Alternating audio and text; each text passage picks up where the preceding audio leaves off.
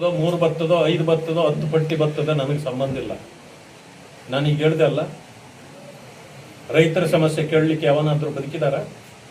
ಕಾಂಗ್ರೆಸ್ಸಲ್ಲಿ 14 ಮಂತ್ರಿಗಳಾಗಿದ್ದೀರಿ, ಎಲ್ಲಿದ್ದೀರಿ? ಸೋನಿಯಾ ಗಾಂಧಿ ಅವರು ಬಾಗಿಲಲ್ಲಿ ಕುಳಿತಿದ್ದೀರಿ ಹೋಗಿ ಎಲ್ಲ 14 ಜನರು.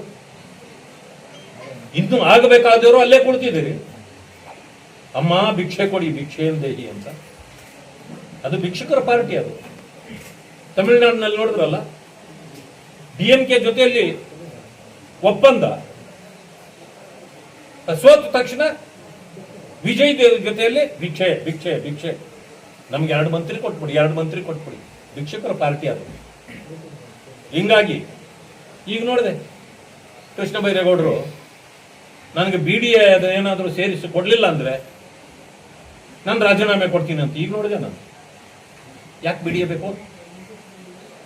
ಕೊಟ್ರೆ ತಗೊಳ್ಳಿ, ನಮಗೇನು ಸಂಬಂಧ ಇಲ್ಲ. ನೀವು ಕೊಟ್ರೆ ತಗೊಳ್ಳಿ. BDA ಬೇಕೇ ಬೇಕು. ಯಾಕೆ?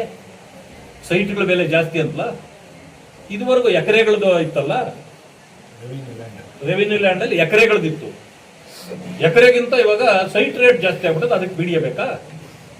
ಅಂದ್ರೆ ನೀವು ಜನರ ಸಮಸ್ಯೆಗೆ ಮಂತ್ರಿಗಳಾಗೋರಲ್ಲ, ನೀವು ಲೂಟಿಗಾಗಿ ಮಂತ್ರಿಗಳಾಗೋರ. ಅದೇ ನಿಮ್ ಕೋಲಾರದ ಇನ್ನೊಬ್ರು ಇದ್ದಾರೆ, ಬಹಳ ದೊಡ್ಡವರು, ಫುಡ್ ಮಿನಿಸ್ಟ್ರು. ನನಗೆ ಫುಡ್ಡೇ ಬೇಡ ಅಂತೆ ಅವ್ರಿಗೆ.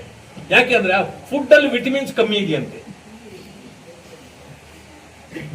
ಸೋನಿಯಾ ಗಾಂಧಿ ಹೇಳೋರು, ನನಗೆ ಫುಡ್ ಬೇಡ, ವಿಟಮಿನ್ಸ್ ಕಮ್ಮಿ ಇದೆ ಅದರಲ್ಲಿ, ಅದರಿಂದ ಏನು ವರ್ಕೌಟ್ ಆಗಲ್ಲ, ನನಗೆ ಬೇರೆ ಯಾವ್ದಾದ್ರು ಒಳ್ಳೇದು ಕೊಡಿ ಅಂತ. ಅಂದ್ರೆ ಈ ಲೂಟಿ ಹೊಡೆಯಕ್ಕೆ ಬರೋರು ಇವರೆಲ್ಲಾನು ಅಂತ ಇವಾಗ ಗೊತ್ತಾಯ್ತಲ್ಲ. ಎಷ್ಟು ಪಟ್ಟಿ ಬಂದ್ರೆ ಏನೋ, ಜನಪರವಾದ ಕಾರ್ಯಕ್ರಮ ಮಾಡ್ತಕ್ಕಂಥವ್ರು ಕಾಂಗ್ರೆಸ್ನಲ್ಲಿಲ್ಲ, ಲೂಟಿಕೋರರಿದ್ದಾರೆ. ಇದೊಂದು ಲೂಟಿ ಸರ್ಕಾರ.